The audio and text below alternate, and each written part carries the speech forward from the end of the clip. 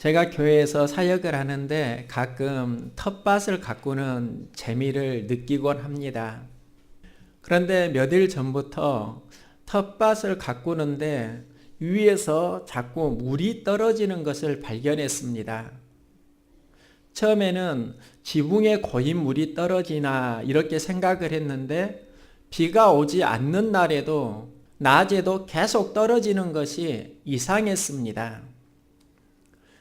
왜 물이 떨어지는 걸까 알아보면서요, 이런 이야기를 들었습니다. 2층 부엌에 배관 이음새가 수압으로 터진 것 같다 하는 이야기입니다.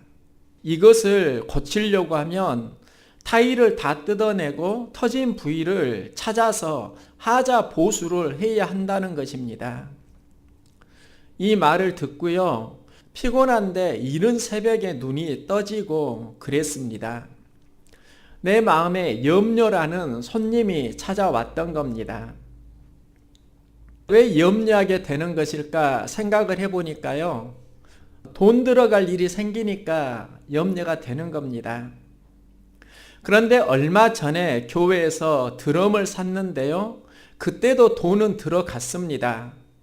그런데 그때는 마음이 좋았습니다. 드럼을 살 때는 기분이 좋았는데 왜 하자 보수를 해야 한다고 하니까 마음이 힘든 것일까? 이런 질문을 스스로에게 해보면서 깨달은 것이 하나 있습니다.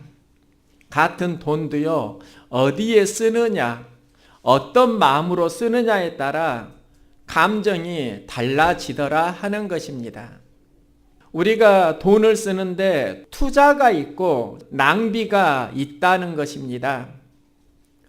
교회에서 드럼을 사고 악기를 사는 것은 투자이니까 마음이 좋은데요, 하자 보수는 낭비로 느껴지니까 마음이 불편한 겁니다.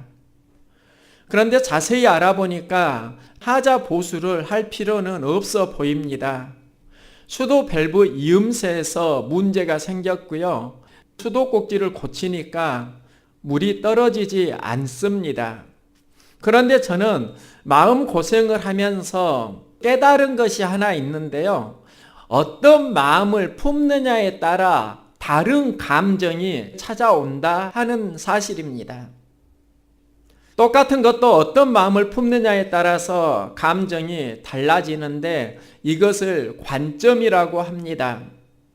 예전에 저는 집에서 먹을 수 있는데 밖에서 무언가 사 먹으면 그 돈이 버려지는 것 같은 생각이 들어서 마음이 불편했습니다.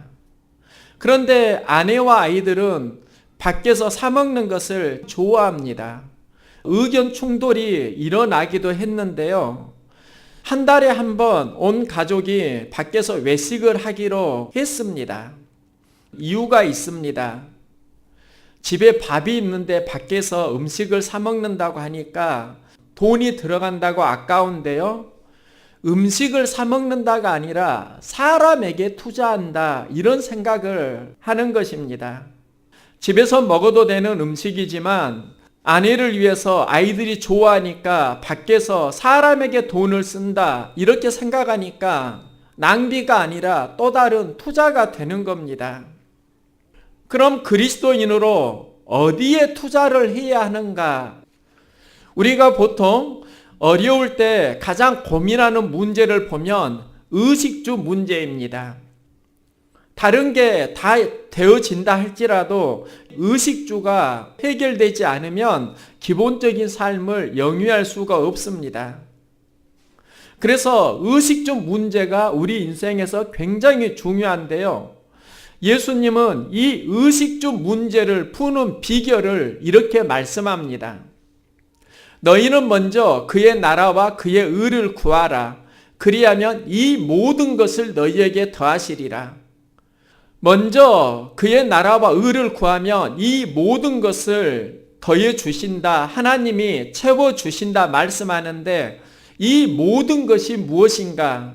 의식주 문제입니다. 무엇을 먹을까? 무엇을 입을까?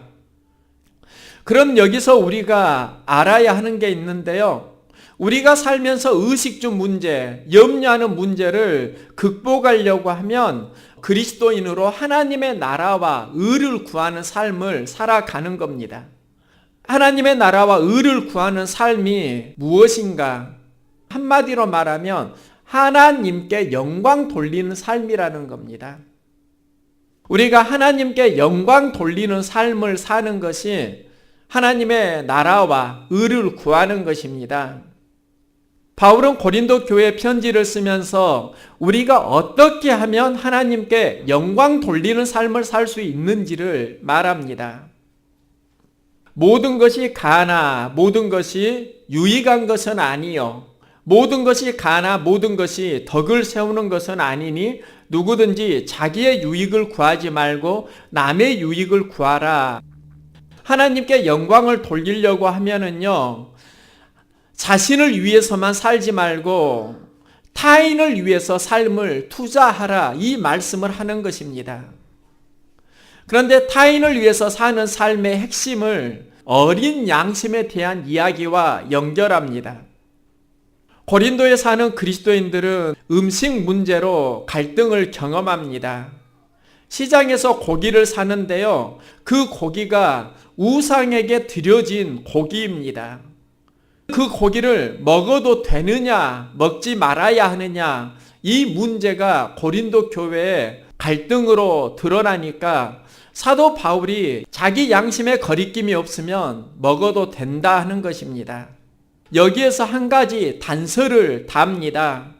자신이 먹을 수 있어도 누군가 그것이 우상의 제물인데 어떻게 그걸 먹습니까? 이렇게 질문을 한다고 하면 그 말을 하는 사람의 양심을 생각해서 먹지 않겠다 하는 것입니다. 바울 스스로는 우상의 제물을 먹는데 거리낌이 없지만 누군가 그것을 보고 상처를 받는다고 하면 나는 먹지 않겠다, 이 말을 하는 겁니다. 바울의 선택의 기준이요, 타인을 향한 배려와 연결됩니다. 그래서 모든 것이 가나 모든 것이 유익한 것이 아니요, 모든 것이 가나 모든 것이 덕을 세우는 것이 아니라고 하는 겁니다. 제가 나이를 먹으니까요, 머리카락이 가늘어지고 있습니다. 그래서 신경이 쓰이는데요, 제가 머리에 신경을 쓰니까 아내가 탈모 방지 스프레이를 만들어 준 적이 있습니다. 달걀 껍질에 있는 흰 막을 벗겨서 소주에 일주일 정도 담가두면 탈모 방지 스프레이가 됩니다.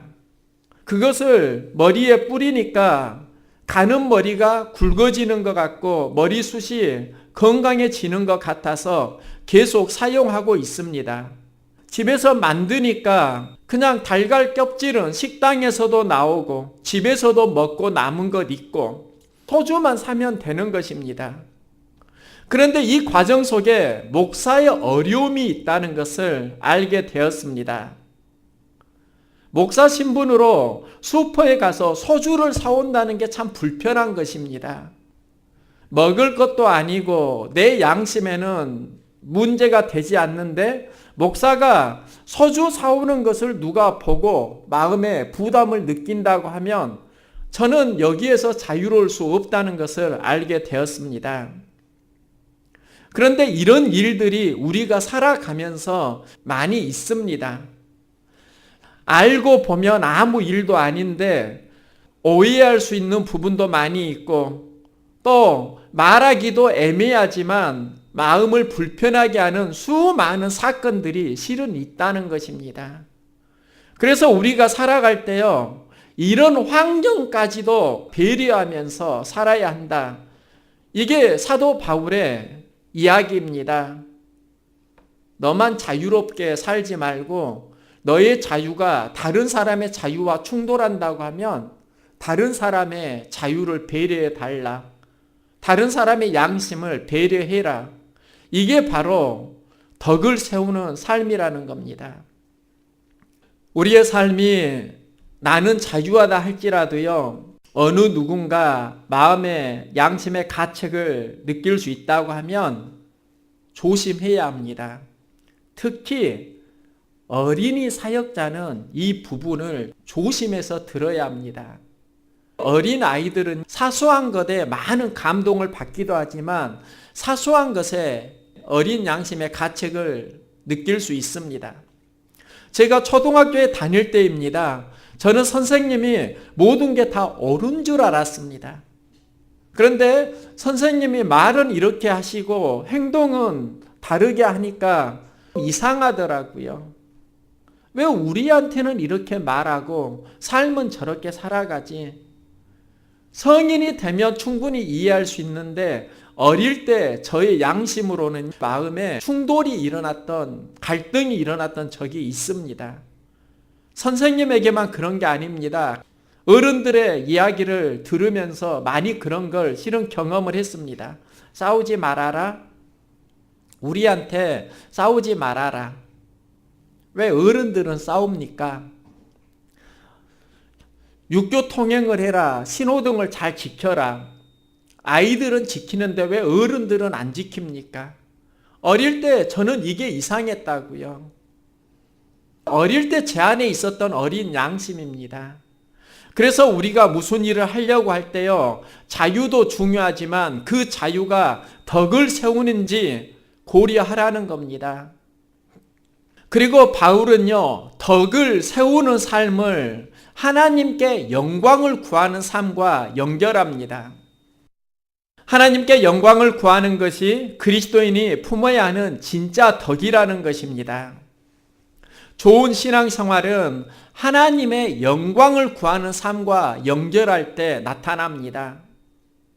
예수님은 하나님의 영광을 구하는 삶을 사셨습니다.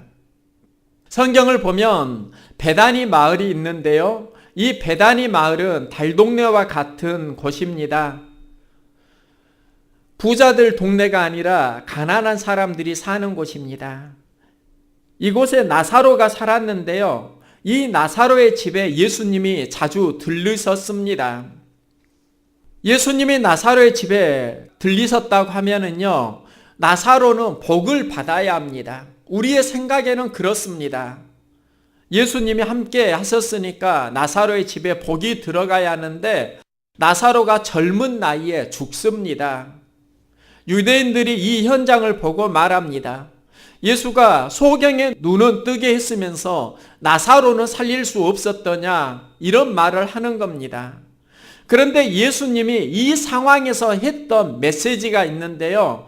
이 병은 죽을 병이 아니라 하나님의 영광을 위함이라 말씀합니다. 다른 사람들은 왜 나사로가 죽었대? 예수님이 왜 나사로를 살리지 못했대? 다른 사람은 살렸으면서 왜 계속 친구처럼 지낸 나사로는 살리지 못했대? 이렇게 조롱을 할 때 예수님은 하나님의 영광을 생각했다는 겁니다. 여기에서 예수님 사역에 매우 중요한 원리가 있습니다. 예수님은 이 병이 하나님의 영광을 위함이요, 하나님의 영광을 드러내겠다는 비전을 품은 것입니다. 그리고 또 한 가지, 하나님의 아들이 이로 말미암아 영광을 받게 하려 함이라. 하나님을 영화롭게 하면은 하나님이 우리를 영화롭게 해 주신다. 이 비전을 품은 것입니다.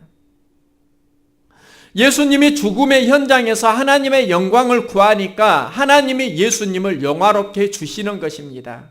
그런데 우리가 이 원리를 모르는 겁니다. 자꾸 자기 영화만 구하려고 합니다. 그러니까 우리가 성장하지 못한다고요. 우리의 삶이 풍성해지기로 하면 하나님을 풍성하게 할 수 있기를 소망합니다. 이것을 못해서 인생이 망한 사람이 바로 헤롯 왕입니다. 그 당시 두로와 시돈이 헤롯 왕과 무역을 해서요, 식량을 수입했습니다.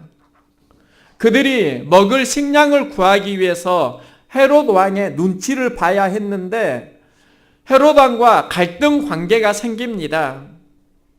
이제 두로와 시돈 사람들이 헤롯 왕의 눈치를 보면서요, 식량을 수입해야 하니까 관계를 회복하려고 합니다. 그 때가 찾아옵니다. 헤롯 왕이 어느 날 연설을 하는 겁니다. 그들이 헤롯 왕에게 잘 보이려고 모여듭니다. 그런데 그때 헤롯이 연설하는 상황을 보니까요, 그가 왕복을 입었습니다. 자신이 왕의 신분이라는 것을 말합니다. 그런데 이상한 게 하나 있는데요. 그가 왕복을 입고 단상에 앉아서 연설을 합니다. 왕의 신분으로 왕복을 입을 수는 있는데 단상에 서서 연설을 하는 것이 상식입니다. 그런데 헤롯 왕은 왕복을 입고 호화롭게 꾸민 왕의 의자에 앉아서 연설을 합니다. 그리고 사람들은 그 헤롯의 연설에 비비를 맞히는데요. 이것은 사람의 소리가 아니라 신의 소리입니다. 이 말을 하는 겁니다. 헤롯, 당신의 연설은 하나님의 말씀과 같습니다. 이 말을 듣고 헤롯이 교만해집니다. 그래, 나는 연설을 잘해. 왕의 자질이 있어. 이렇게 착각을 하는 겁니다. 그리고 헤롯이 교만해지면서 하나님께 영광을 돌리지 않습니다. 이것을 보고 주의 사자가 헤롯을 치는데요. 그의 몸에 벌레가 생겨서 죽게 되었더라. 헤롯이 죽은 이유가 하나님께 영광을 돌리지 못하고 교만해지니까 죽은 것입니다. 헤롯과 예수님의 결정적인 차이가 있습니다. 예수님은 고통의 현장에서도 하나님의 영광을 구했고요. 자신도 영화로워지는 은혜를 경험하는데 헤롯은 사람들이 열광하는 현장에서 교만해지고 하나님께 영광을 돌리지 못해서 그는 죽어가는 겁니다. 여기에는 매우 중요한 하나님의 메시지가 있습니다. 하나님께 영광 돌리는 믿음을 가지라는 것입니다. 이 일을 잘한 사람이 아브라함입니다. 바울은 로마서에서 아브라함의 믿음의 핵심을 하나님께 영광 돌리는 삶으로 연결합니다. 하나님의 약속을 의심하지 않고 믿음으로 견고하여 서서 하나님께 영광을 돌렸다. 하나님은 아브라함에게 큰 민족을 이루는 복을 주시겠다 약속하셨고요. 아브라함은 이 약속을 의심하지 않습니다. 그런데 하나님께서 독자 이삭을 바치라는 것입니다. 테스트하십니다. 이 시험 장소가 모리아 산인데요. 모리아 산의 의미가 하나님의 관점을 알다입니다.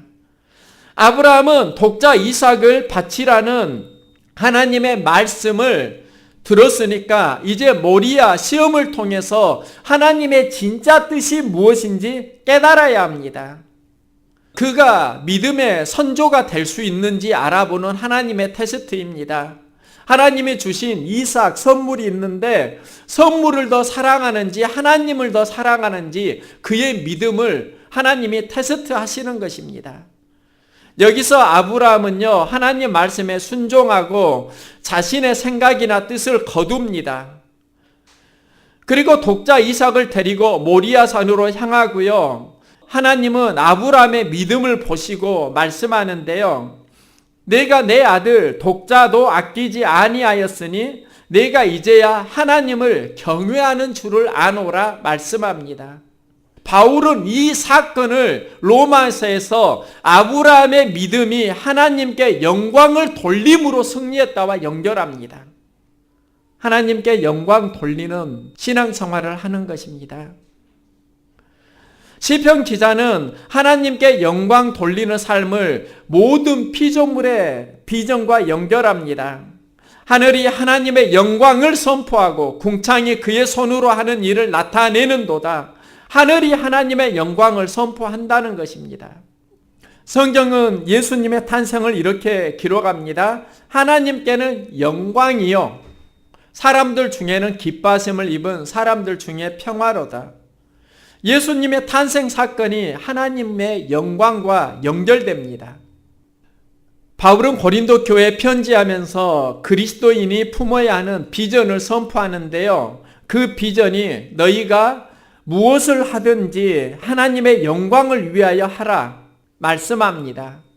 어떻게 하면 하나님께 영광 돌리는 삶을 살 수 있는가? 이 문제를 가지고 기도를 해야 합니다.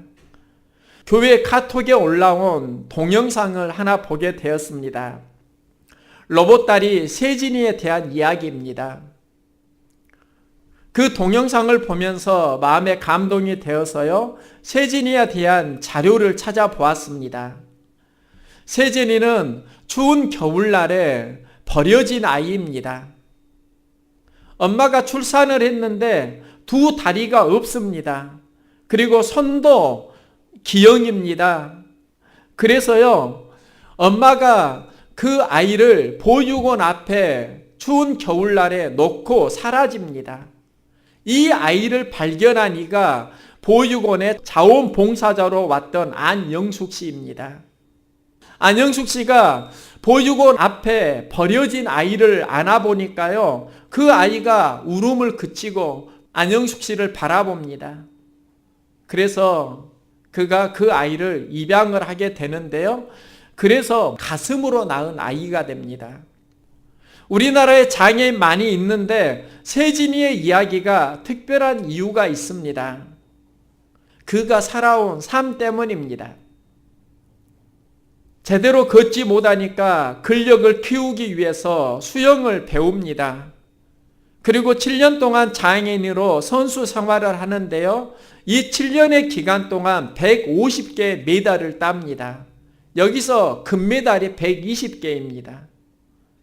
그의 이야기를 들으면서 왜 세진이의 이야기가 마음에 감동을 주고 삶에 영감을 주는가, 그런 질문을 하면서 그 이유를 알게 되었습니다. 세진이가 교회 수요 기도회에서 간증을 했던 일이 있는데요, 이 간증에서 그는 이런 말을 합니다. 어떻게 생겼느냐가 아니라 어떻게 사느냐가 더 중요합니다. 계속 도전하면서 무언가를 시도하면서 열심히 살아가겠다, 이게 더 중요하다는 말을 하는 겁니다. 그럼 어떻게 사느냐가 구체적으로 무엇일까? 그는 세상을 바꾸는 시간 15분 세바시 프로그램에서 이런 말을 합니다. 힘든 세상을 힘낼 세상으로. 자신은 힘든 세상이 아니라 힘낼 세상을 살아가겠다 하는 것입니다. 이게 세진이의 특별함입니다. 우리는 건강에도요, 힘든 세상에서 힘든 삶을 살아가곤 합니다. 그런데 두 발이 없는 세진이에게는 우리가 힘든 세상이라고 하면 그에게는 훨씬 더 힘든 세상입니다. 그런데 여기서 힘낼 세상을 말합니다. 이게 마음의 투자입니다. 안영숙 씨가 세진이에게 걸음마를 가르칠 때 이런 말을 했습니다. 세진아, 내가 걷는 것은 중요하지 않아? 내가 걷다가 넘어졌을 때 다시 일어날 줄 아는 것이 훨씬 중요해. 엄마는 세진이에게 삶의 비전을 말하고 세진이는 이 비전을 마음에 품고 일어났습니다. 우리가 돈만 투자할까요? 돈만 낭비할까요? 우리 마음도 얼마든지 투자할 수도 있지만 낭비할 수도 있다는 겁니다. 가장 좋은 투자가 하나님께 영광 돌리는 삶입니다. 성전 미문에 걷지 못하는 안진뱅이 인생이 있는데요, 어느 날 예수 이름을 듣게 됩니다. 예수 이름으로 그가 힘을 내고 일어나는 경험을 합니다. 그가 힘을 얻고 간 곳이 바로 성전입니다.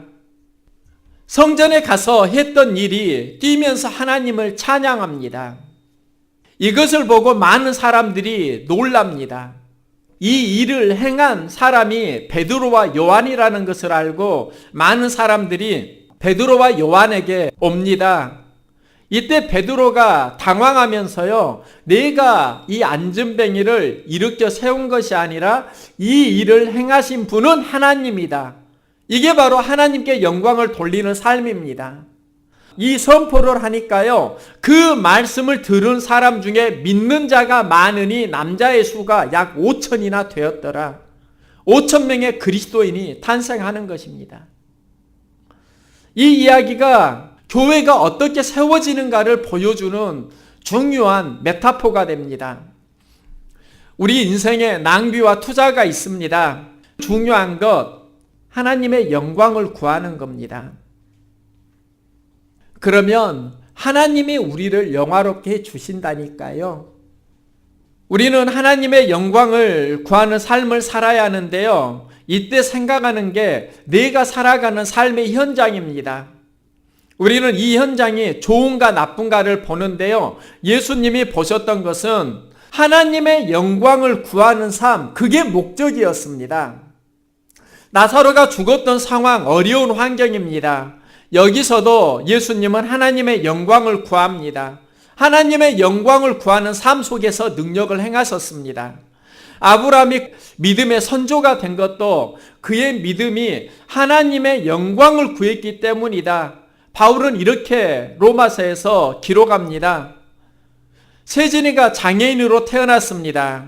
그의 삶이 우리에게 감동과 용기를 주는 것은 힘든 세상에서 힘내는 삶을 살았기 때문입니다. 바울은 고린도 교회에 편지를 하면서요, 먹든지 마시든지 무엇을 하든지 하나님의 영광을 위해서 하라고 말씀합니다. 그런데 이 이야기가 오늘날 우리에게 또 이 말씀을 듣는 나에게 주시는 메시지입니다. 무엇을 하든지 하나님의 영광을 구하는 삶을 살아가라. 이게 우리를 향한 바울의 간절한 외침입니다. 세상에서 예수 이름으로 힘내고 무엇을 하든지 하나님께 영광 돌리는 삶을 살아가시기 바랍니다.